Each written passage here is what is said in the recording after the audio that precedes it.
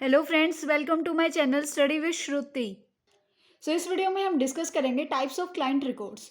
तो client records होते क्या हैं? ये वो डॉक्यूमेंट्स होते हैं जो कंटेन करते हैं इन्फॉर्मेशन, एक क्लाइंट यानी कि एक पेशेंट की हिस्ट्री क्या रही है स्टार्टिंग से, जब से उसका एडमिशन हुआ है, उसके बाद उसका एडमिशन किस टाइम पे हुआ था, कब उसका डिस्चार्ज हुआ था, क्या क्या उसके फॉलोअप हैं, डिस्चार्ज होने के बाद कैसे कैसे मतलब उसको आना है, विजिट कैसे कैसे करनी है।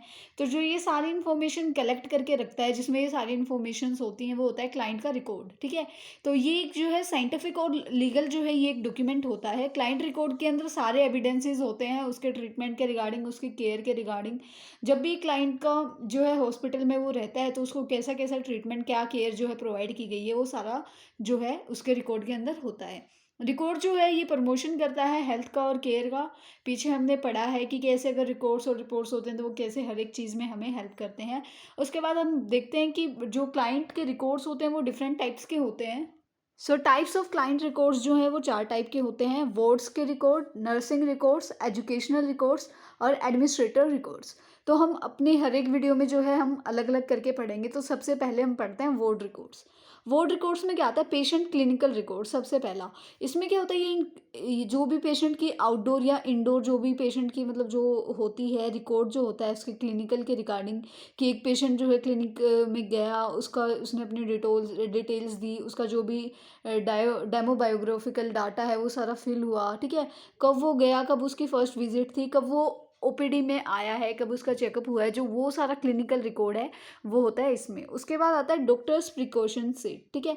इसमें क्या होता है कि डॉक्टर ने जो जो प्रिस्क्राइब कर रखा है, ठीक है, प्रिस्क्रिप्शन शीट में क्या होता है, डॉक्टर ने जो जो प्रिस्क्राइब किया है, जो जो ट्रीटमेंट उसने स्टार्ट किया है या फिर कुछ मॉडिफिकेशंस की हैं, जो भी उसने मेंशन किया है अपनी एक प्रिस्क्रिप्शन शीट में, जो जो उसने बताया वो सब होता है डॉक्टर्स प्रिस्क्रिप्शन स्क्रिप्ट में। ठीक है। उसके बाद आता है लैब इन्वेस्टिगेशंस। लैब इन्वेस्टिगेशंस में क्या होता है? जो भी कलर कोडेड की स्लिप्स होती हैं, यानी कि हम लैब में जो भी टेस्ट कराते हैं, जैसे कि ब्लड सैंपल्स हो गया या एलएफटी, केएफटी, सीबीसी, जो भी जितने भी टेस्ट होते हैं, कोई एमआरआई, सीटी स्कैन, जो भी है, उन सब की जो रिपोर्ट्स होती हैं वो आती है लैब इन्वेस्टिगेशंस के अंदर। ठीक है। इसको हम डायग्नोस्टिक इवेल्युएशंस जो कराते हैं उनका जो भी रिपोर्ट्स होती हैं वो सारी इसके अंदर आती हैं। फिर बारी आती है कंसर्ट फॉर्म की। कंसर्ट फॉर्म क्या है? हम ओटी के टाइम पे भी कंसर्ट फॉर्म लेते हैं ना, कि अगर पेशेंट का जो भी है वो रिस्क भी हो सकता है अगर कोई, तो आप देखेंगे वो उसके लिए हॉस्पिटल जो है वो रिस्पॉन्सिबल नहीं होगा। या फिर एक थेरेपेटिक हम जो किसी को प्रोसीजर कोई भी करते हैं तो उसके लिए भी हम जो है कंसेंट ले लेते हैं। तो वो जो कंसेंट है, वो जो फॉर्म होता है जिसमें ये सारे कंसेंट्स आते हैं, तो उसको हम कहते हैं कंसेंट फॉर्म। उसके बाद आता है डाइट शीट। डाइट शीट में क्या होगा कि पेशेंट को क्या डाइट जो है, डेली डाइट कैसे कैसे लेनी है, क्या क्या चीज़ें उसको मिलनी चाहिए, कितना कार्ब्स, कितना जो होता है हर एक चीज़ को, जो भी उसको, अगर पेशेंट हाइपरटेंसिव है तो उसका जैसे सोल्ट बंद होता है। अगर पेशेंट का बीपी जो है यानी कि जो ब्लड प्रेशर है वो बहुत ज़्यादा लो रहता है, तो उसको क्या है, थोड़ा सोल्ट ज़्यादा लेना होता है डाइट में। तो जो अगर किसी को डायरिया है या डिहाइड्रेशन हो रहा है तो उसको हम ओआरएस जो सॉल्यूशन है वो लेने के लिए कहते हैं। ज़्यादा जूसेस और ज़्यादा लिक्विड जो फ्लूइड लेने को हम जो है बोलते हैं। तो वो जो डाइट प्लान होता है, डेली डाइटरी की जो रिक्वायरमेंट्स होती हैं वो चार्टेड होती हैं एक शीट पे। तो वो जो शीट होती है जो फाइल में होती है उसको हम कहते हैं डाइट शीट। उसके बाद बारी आती है इनटेक और आउटपुट शीट की। इसमें क्या होता है, ये एक रिकॉर्ड होता है। पेशेंट को हम जो है, बहुत सारा पेशेंट जो मतलब खाता भी है, उसके बाद हम उसको आईवी यानी कि जो ग्लूकोज हम जिसको नॉर्मल भाषा में कहते हैं कि ग्लूकोज में इंजेक्शंस लगा रखे हैं, तो जो हम उसको आईवी फ्लूइड चढ़ाते हैं, तो वो हमने कितना दिया है, कितना गैस्ट्रिक फीड गई है उसको, कितना आईवी फ्लूइड गया है, वो होता है हमारा इनपुट। ठीक है। हमने पेशेंट को कितना दिया है। उसके बाद उस जो यूरिन से पास आउट होता है या स्टूल से या वोमिट से या कोई ड्रेन लगी हुई है, ड्रेनेज है, तो वहाँ से कितना जो है आउटपुट आ रहा है, कितना जो है उसकी बॉडी से बाहर निकल रहा है, तो वो होती है आउटपुट। तो इसको मेंटेन करके चलना होता है कि कितना हमने पेशेंट को दिया है, कितना उससे बाहर आया और कितना उसकी बॉडी ने एब्जॉर्व किया है या यूज़ किया है। तो उसको हम कहते हैं इनटेक आउटपुट। ठीक है। उसके बाद आता है रिपोर्ट्स ऑफ फिजियोथेरेपी। फिजियोथेरेपी से मतलब कोई भी एक्सरसाइज होती है या कोई किसी की अगर मान लो एक्सीडेंट हो गया किसी का, तो उसका पैर जो है वो मुड़ नहीं रहा था, तो उसके लिए हम फिजियोथेरेपी को बुलाते हैं ना, जो कि हेल्प करते हैं उसके पैर की मूवमेंट कराने में, है ना। तो ऐसे बैक की एक्सरसाइजेज होती हैं, हर एक बॉडी पार्ट के हिसाब से, हर एक डिफेक्ट डिजीज़ के हिसाब से कोई ना कोई एक्सरसाइज होती है।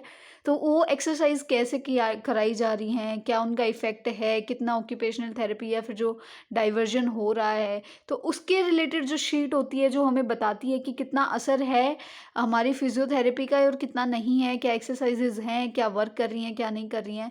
तो वो जो एडिशनल थेरेपीज़ होती हैं और उनके रिगार्डिंग जो भी इन्फॉर्मेशन होती है वो सारी होती है रिपोर्ट्स ऑफ फिजियोथेरेपी में।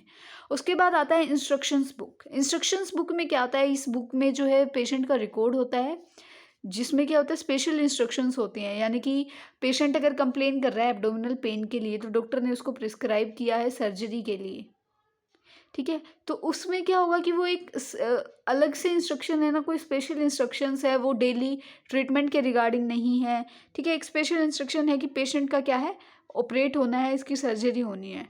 तो वो इंस्ट्रक्शंस कहाँ पे मेंशन मिलेंगी हमें, जो इंस्ट्रक्शन बुक होती है ना, ये सारी वहाँ पे मिलेंगी। अब उसके बाद आता है सेंसस रिकॉर्ड। सेंसस रिकॉर्ड में क्या होता है कि ये जो रिकॉर्ड होता है उसका टोटल होता है, कब admission, discharge, transfer, transfer out, या कोई पेशेंट भागा तो नहीं, या फिर किसी की डेथ तो नहीं होगी है वार्ड में या कहीं और भी। तो जो ये जो वार्ड में जो ये वार्ड से रिलेटेड ये जो डिटेल्स होती हैं ये सारी आती हैं सेंसस रिकॉर्ड में। उसके बाद आता है एडमिशन एंड डिस्चार्ज बुक। इसमें क्या होता है कि जो रिकॉर्ड होता है पेशेंट की डिटेल्स का, कि कब उसका एडमिशन हुआ है, किस टाइम पे हुआ है, कब उसका डिस्चार्ज हुआ है, वो रिकॉर्ड करना, ठीक है। कितने टोटल नंबर ऑफ एडमिशन्स हुए हैं पर डे, कितना जो है डिस्चार्ज हो रहे हैं पर डे, क्या रिकॉर्ड है एडमिशन और डिस्चार्ज होने का पेशेंट का, सारे टाइम पे करेक्ट टाइम के साथ जो है ये सारी चीज़ें इस रिकॉर्ड में मैंशनड होती हैं। उसके बाद बारी आती है कॉल बुक की। कॉल बुक में क्या होता है कि पेशेंट का जो है डॉक्टर का नाम, कि वो किस डॉक्टर के पास पेशेंट को दिखाना है, ठीक है, और टाइम, डेट, किस पर्पज़ के लिए दिखाना है। तो ये सारा सब कुछ है ना लिखा हुआ होता है और डॉक्टर के पास भेज दिया जाता है, उसको बता दिया जाता है कि आपके पास आज ये अपॉइंटमेंट है। मतलब क्या होता है, अपॉइंटमेंट जो हम सेट करते हैं, अपॉइंटमेंट जो हम लेते हैं, तो वो पहले फ़ोन वगैरह नहीं होते थे, कंप्यूटर्स वगैरह नहीं होते थे, तो ये पूरा एक रिकॉर्ड रजिस्टर वगैरह में बना के जो है आगे भेजा जाता था। तो अब ये इतना ज़्यादा जो है वर्क में नहीं रहा है, लेकिन स्टिल अपॉइंटमेंट्स तो होते हैं। पहले हम अपॉइंटमेंट लेते हैं, उसी के बाद हम डॉक्टर के पास जाके अपना खुद को कंसल्ट कर सकते हैं कि हमें क्या प्रॉब्लम है। उसके बाद आता है कंप्लेंट बुक। कंप्लेंट बुक में क्या होता है कि अगर कोई भी कंप्लेन है रिगार्डिंग कि कोई इलेक्ट्रिसिटी अच्छे से जो है नहीं आ रही है, कोई लाइट ठीक से नहीं वर्क कर रही है, वाटर सप्लाई में कोई प्रॉब्लम है, तो उनसे रिलेटेड जो भी कंप्लेंट्स होंगी वो हमें कंप्लेंट बुक में मिलती हैं। उसके बाद बारी आती है मूवमेंट रजिस्टर की। मूवमेंट रजिस्टर में क्या होता है कि कोई भी हेल्थ केयर जो मेंबर होता है वो क्या करता है, उसकी ड्यूटी हट जाती है, तो उसने जो जो काम किया होता है, किस टाइम पे क्या पर्पस है, क्या प्लेस है, मतलब कहाँ पे चल रहा है, वो सब लिख देता है। तो वो सब एंट्री जो है उसमें हो जाती है, रिटर्न का टाइम वगैरह सब एंटर उसमें हो जाता है। तो ये भी एक लीगल डॉक्यूमेंट है। उसके बाद बारी आती है इंटेंट बुक की। इंटेंट बुक में क्या होता है कि हमारे जो स्टॉक होता है कि मेडिसिन्स का, लिनन्स का, या कोई भी ऐसे जो जैसे डिस्पो वगैरह होते हैं, है ना, यानी कि इंजेक्शंस जो हम रीयूज़ कर सकते हैं, या कुछ ऐसे इंस्ट्रूमेंट्स हैं जो हम रीयूज़ नहीं कर सकते, मतलब जो मटेरियल जो है हमें चाहिए है, जिसका हमें ऑर्डर देना है, जो हमारे पास हॉस्पिटल में स्टॉक में नहीं है, तो उस स्टॉक के रिगार्डिंग जो हम लिस्ट बनाते हैं कि ये मटेरियल हमें जो है चाहिए है, इसका हमें ऑर्डर देना है। तो वो जो बुक होती है जिसमें हम ये सारे चीज़ें लिखते हैं कि हमें क्या क्या मटेरियल चाहिए होता है, वो बुक होती है इंटेंट बुक, ठीक है। उसके बाद आता है drug maintenance book. Drug maintenance book में क्या होता है कि किन किन ड्रग्स की जो है डिमांड है, कौन से एरिया में है, मतलब वार्ड में कहाँ पे कौन सी ड्रग की डिमांड है, कैसे उसकी सप्लाई करनी है, वो सारा ड्रग मेंटेनेंस बुक में होता है। इसमें पूरा जो है लिखा हुआ जाता है कि कैसे करना है। उसके बाद आता है crash cart register. Crash cart register में क्या होता है कि जो भी इक्विपमेंट्स या ड्रग होते हैं जो क्रैश कार्ट में रखे होने चाहिए, तो वो उसमें कैसे रखे हैं उनका पूरा रिकॉर्ड होना चाहिए कि हाँ ये इतनी इतनी अमाउंट में रखे हैं।